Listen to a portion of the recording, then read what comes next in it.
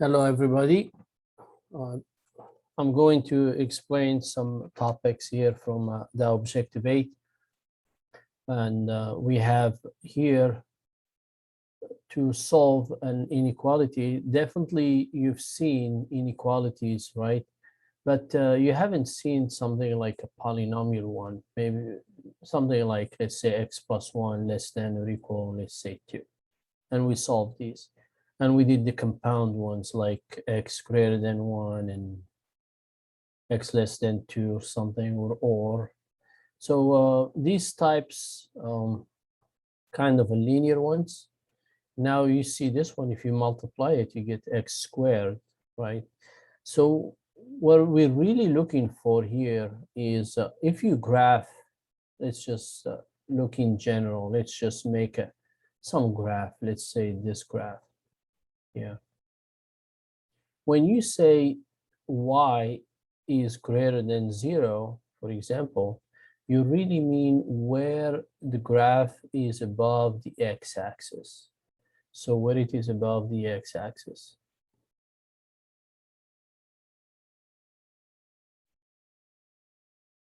And where you're looking for, let's say the function, let's say f of x or y is less than 0, then you're looking for where the graph drops below the x-axis, right? So for the first one, we can say that it happens, let's say 0 to infinity for this one. And for this other one, it's negative infinity to 0. So when we have this type of inequalities, whether they're polynomial or rational, that's what we're looking for, is where does the graph go over the x-axis or where does it go below?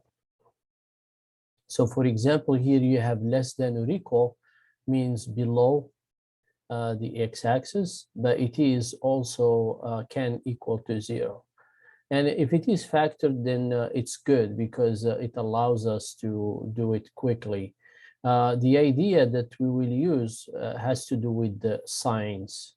Signs make it easier because, you know, if you do positive times positive, you get positive, negative times positive, you get negative, and negative times negative, you get positive. So we're going to do that, but in order to apply this idea, we need something called critical points or critical values. These critical values is where you set the factors to be 0. So the first one, x equals 0, the second one, x minus 6 equals 0, so x equals 6. So these are the critical values. If I put these critical values in a line, and I check what happens for each factor, I'll be able to tell what happens overall. So for x, if below 0, of course, this is negatives. But of course, in order not to guess, we can use another thing, which called a test values. And these test values will help you determine what signs you have.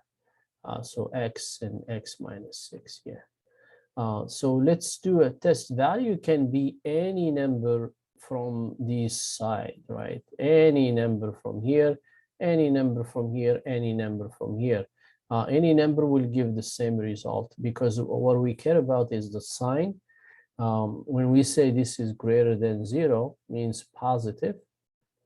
And you can see the y there positive, right? Because it's up.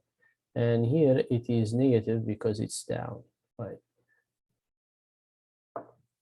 So let's try -1 as a test value.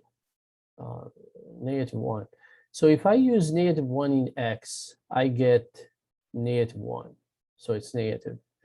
If I use it here, you do -1 minus 6, you get -7. So it's negative. Let's try 1.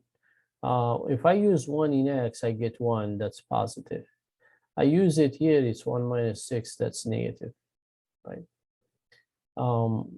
Let's try a number here, 7 or 8 or whatever, any number that is here. So that's a positive. A 7 minus a 6, that's a positive, right? So now that we determined each one, we can see what happens to the whole thing, which we are interested in. So x times x minus 1 means that a negative times a negative gives me a positive. A positive times a negative gives me a negative. A positive times a positive gives me a positive. So this process is the same for all these. This process where it starts with an idea and uses critical values to test values. Then, of course, you answer what is it that we're interested in. We are interested in where it is less than or equals 0, which means negative, which means below the x-axis. And that happens in this region. So for the answer, we're going to say if we graph this thing between 0 and 6, it will happen to be negative or below the x-axis. Watch here that I did brackets. Why I did brackets? It's because of or equal, and there is no problem with any number if you substitute back. If you substitute back one of the numbers and it does not work, that's going to be an issue, and that happens in fractions. So we need to watch for that. Here, if you put 0, you get 0. You put 6, you get 0. That's fine because or equal. If you take a number in between, let's say 5, and you try 5, you get negative, so it's good.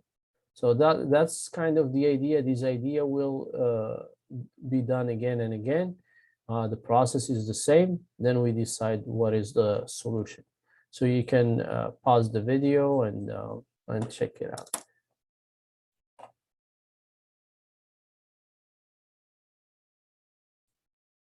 Okay, so this is similar, but it's not in that factor form, and you don't have 0, so we need to see that kind of all on one side. So greater than 0 means positive, and also means above the x-axis, right?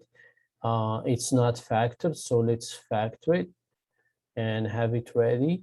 And now you know what to do, right? So do like the other example. However, you'll be looking for positive, right?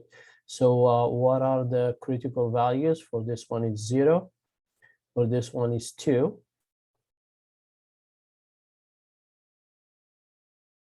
It is 0. It is 2. It is x. It is x minus 2. It is the answer.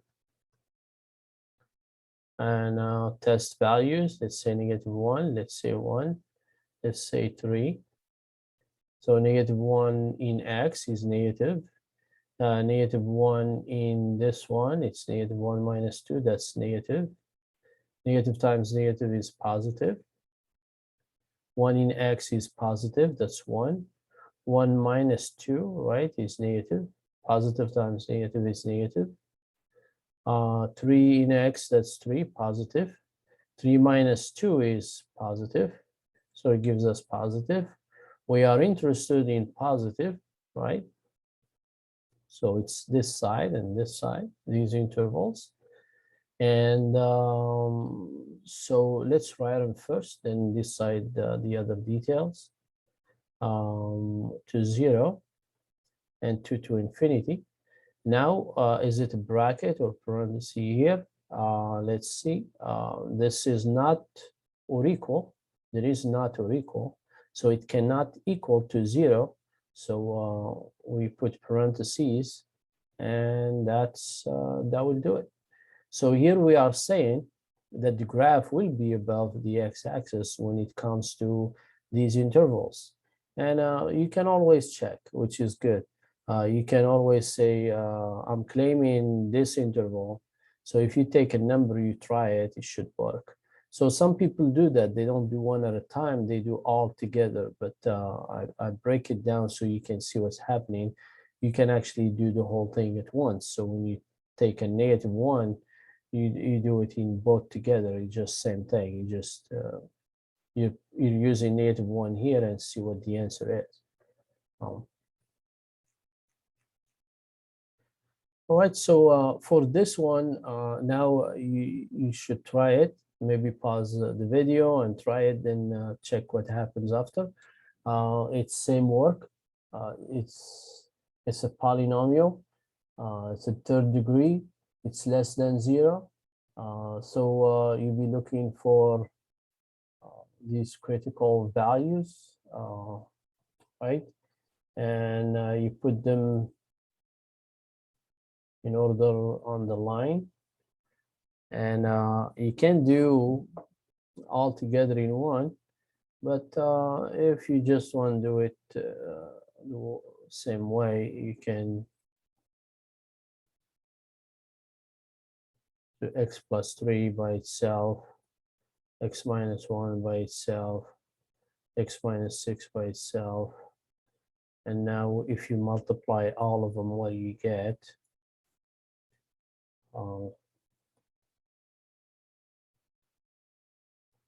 Right, so then you try any number from here, any number from here, any number from here.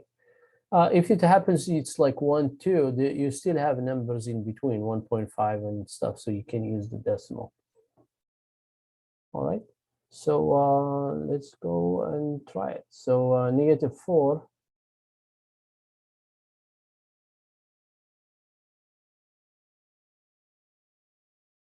all right, so -4 plus 3, this will be negative.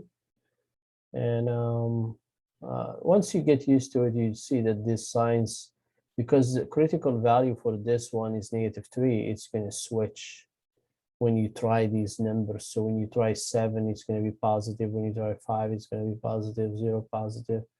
For -1, it's 1. So this is going to be all negative, and this is all going to be positive. For this one, it's a 6. It's not switched. So check one, either it's going to be minus or plus, then it will switch after it, right? Because that's critical value here. But if you check, I have 5 minus 6 is negative. Yeah, so all these are going to be negative, and this is going to be positive. So negative times negative is positive, times negative is negative. That's positive. That's negative, that's positive. And we are interested in negative. Less than 0 means negative. So negative infinity to -3. Remember, you're using back the critical points, because that's that, right? Not the test values. Remember, test value can be any value. Critical points, they're fixed. They're from the this inequality. All right. They are all parentheses because I don't have or equal, right? No or equal, so all parentheses. So you can pause the video, check it, do it again, and see. This is going to do the same work. It's a rational inequality. But these are a little bit harder because we forget about something here. This is greater than or equal means, yeah, include the numbers. But remember the domain. X cannot be -5. So this is important. We talked a lot about the domain. So we can't come back and let's say do this, right? So this is going to contradict the domain. So whatever happened, you should not include -5. But as far as the process is the same, we're going to say what is the critical value for this is 3. This one is -5. Because the sign chart works the same way for division or multiplication, right? So x minus 3, x plus 5. So for this one, it's 3. And if you want, you can use some critical values here. So 4 minus 3 is positive, 0 minus 3 is negative, negative 6 minus 3 is that. Here, 4 plus 5 is 9 positive, 0 plus 5 is positive, negative 6 plus 5 is negative. So now you see this is not multiply but divide, but they're the same thing. You see they act the same way. So negative, let's write it on a sign, negative divided by negative is positive. The other one, negative divided by positive, is going to be negative, and positive divided by positive is positive, so same thing. And we want greater than or equal 0, which means positive, greater than or equal to 0, positive. So I intentionally picked or equal because the common mistake is now to say, all right, even doing all this nice work, we do this, right, because of or equal. And you see this contradicts with the domain idea, this one here. There is a contradiction. If we do a bracket, we're saying, okay, let's use -5, it's fine. So you see a lot of times we make a judgment, we make decisions when we decide what's going to work. So or equal says include the numbers, put brackets, but in this case, the domain says no, exclude this number. So we're going to fix it and do negative infinity to -5. 3 is fine. We keep it as or equal. Why? Because if you put 3, if you put 3, what happens? 3 minus 3, 3 plus 5. You get 0, right? Greater than or equal 0 is fine. Or equal 0 is equal to 0 is okay. So 3 is okay to keep, and the numerator is fine. The denominator is not. If this is just greater than 0, then it's fine. You do use parentheses for all of them, and you don't have to worry about this case.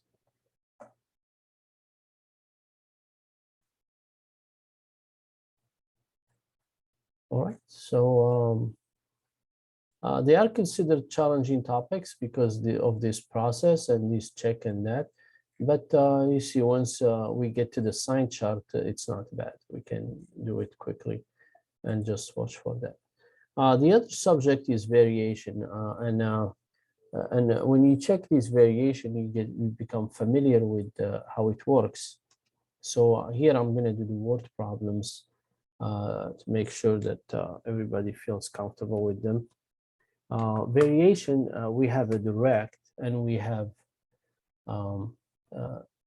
a direct, which is like y equal kx. For example, income and hours.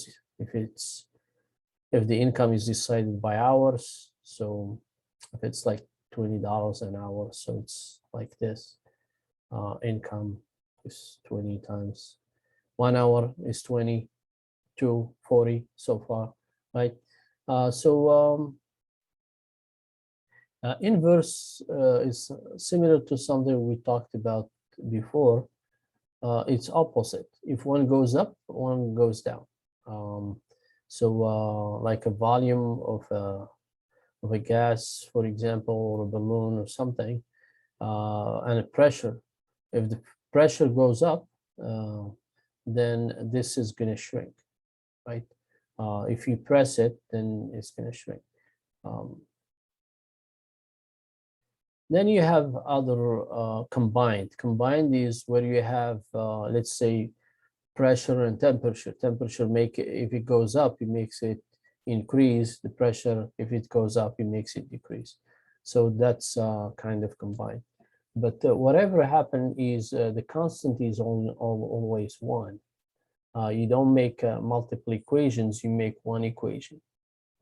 So here you have a weight of an object directly varies directly with the mass of the object. So when you see varies means and directly means kx with the mass, so kn. So this is a direct variation. Then these problems always go with setting up the variation. and try to find the constant of variation. What is it?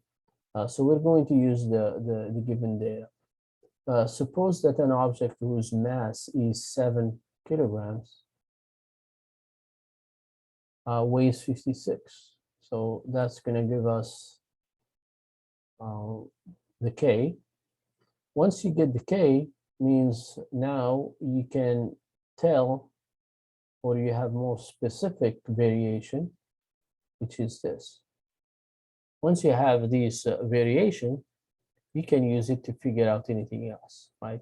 So now the question is, what is the weight of an object whose mass is 10? 80.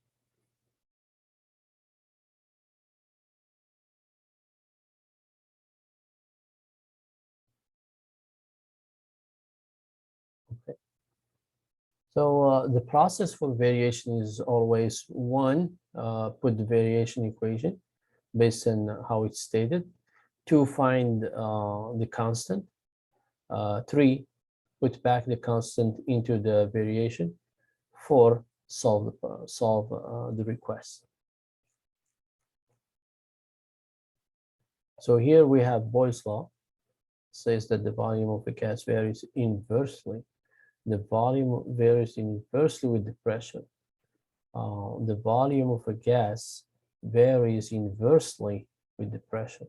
So dividing by P, not multiplying. So that's one.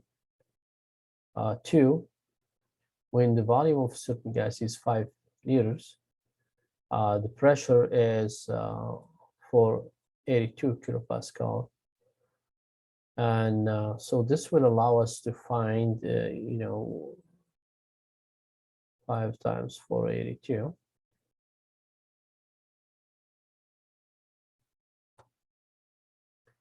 It gets to 2,410. We're going to put it there, and that's step 3. Now we have 2,410 over P. Now that we know the model, we can use it to figure out any request. What is the pressure for when the volume was 2 liters? So the volume is 2. And we solve. You can cross multiply and divide by 2.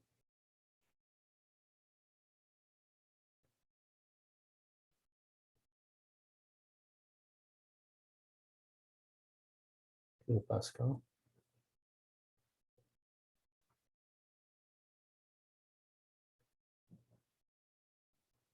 All right, so the type of variation decides the equation. Then we kind of figure out this. And let's see if this is correct, because when it was 5, it was 482. So yeah, so we can do 2,410 divided by 5. We get that, yeah. Then when we do that by 2, we get the other answer. All right. Last one is if it's combined, means it does one way and it does the other, depends on how these are connected, but it's gonna sound like maybe 2 equations, but it's still one. Suppose that the amount of time it takes to build a highway varies directly with the length of the highway and inversely with the number of workers. So yeah, common sense. The amount of time to build a highway varies directly with the length of the highway. So the longer the highway is, the more time is going to be. So that's directly, and inversely with the number of workers.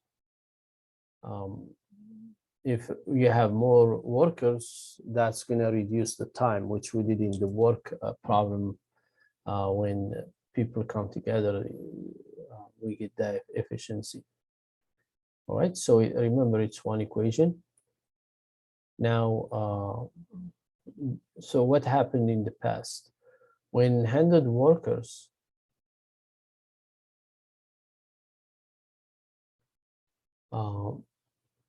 it took them 6 weeks to build 4 miles of a highway. All right, so this is what we know. Now we can establish for anything else. But to do that, we need to find K. So we cross multiply, and 600 by 4, 150.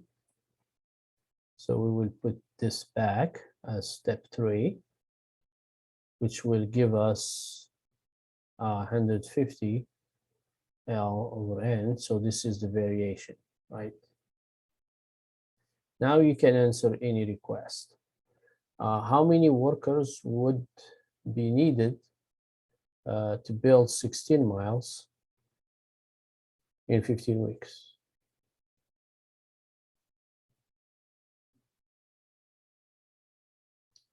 You see, when you use initials, it also helps you, makes it easier to know which one is which and to substitute. So instead using all the time X and Y, then we look for what was X and what does Y stand for. But if you use the initials, it's easier to kind of figure out. How many workers would it need to build 16 miles of a highway in 15 weeks? So I need to delete this. This is N. All right, so 15N, 150 times 16.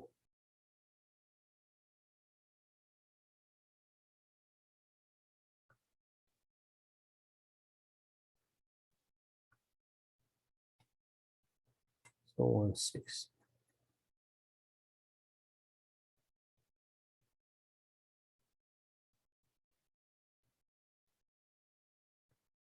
Okay. Thank you.